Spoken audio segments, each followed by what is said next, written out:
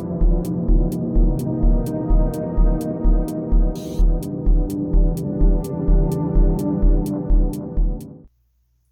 everyone, I wanted to go back and talk about the Gatekeeper some more.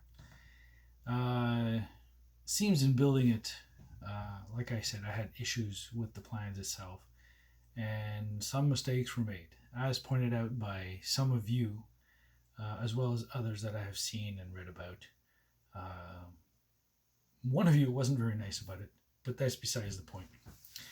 Uh, Let me show you. Now here we have the back axle with the basically trailing arms. I had mounted them in between here, which seemed very logical to me. And the plans, again, were a bit iffy on the subject.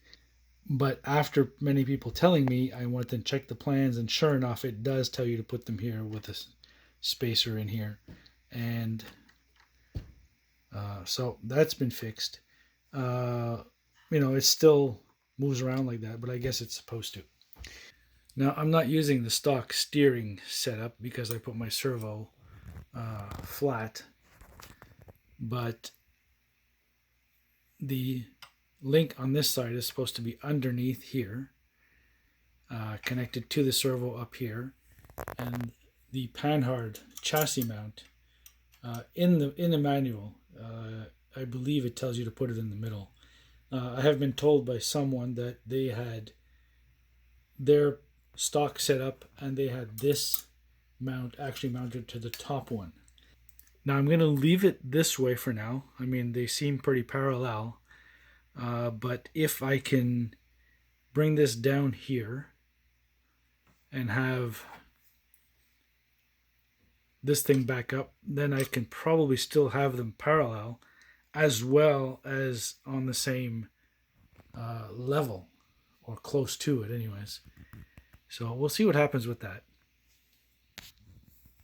I mentioned that the transmission, if you flip it over, it will have an overdrive on the rear. This is kind of pointless on a crawler or scale vehicle, if you'd like. Uh, in the manual, they show you that if you flip it over, you got to switch the gears around so that the overdrive is still on the front. So technically, either way you put the transmission, if you set the gears right, you're going to have the overdrive on the front. I am told, although it seems to be quite mounted, very centered, and the weight seems to be properly distributed, that if you flip it over, there's a bit of a weight distribution difference, and that it possibly also changes your torque twist. But that has yet to be confirmed by the person I spoke to. So that's about it. A couple of updates. I got my battery yesterday, so I need to charge it up. I had installed a 14 tooth pinion when I first put it together. I have since changed it to a 19 tooth. Seems to have a better speed to it now. So we'll see what happens after that.